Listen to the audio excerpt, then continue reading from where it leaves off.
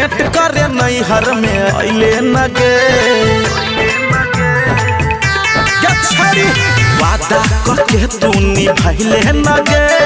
भेंट करे नैहर में अइले न गे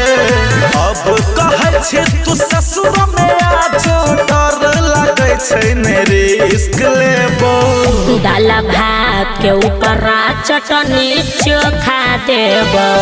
रोटिया में मौका देब मौका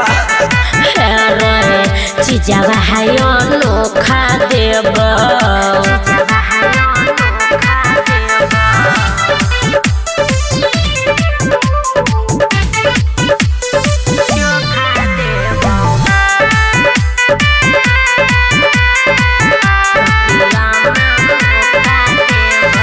नजर से न दूर करब सेवा भरपूर करब सोया नहीं छै घर में आजो वेट हम जरूर करब की जाने छी रे हमरा झूठा के प्यार में बुलाबै छी गे जान पिता बाबै के चक्कर में बुलाबै छी गे जान तू नहीं जे आइबे त सुन गे गलती तोरे नियन दोसर माल पटेबो दाल भात के ऊपर चटनी चोखा देब रोटिया में मौका देब छरा चीजवा है अनोखा देब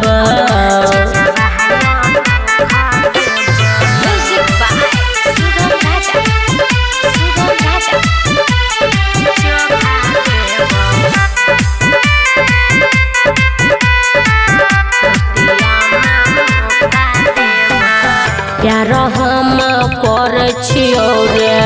तोरा पर मन छियो रे तोरा सजुदा भके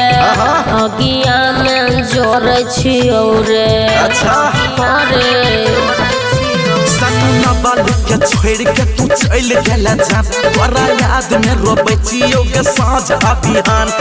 शादी से पहले तेहने जरहियो सोना के शिकारी से हो लेबो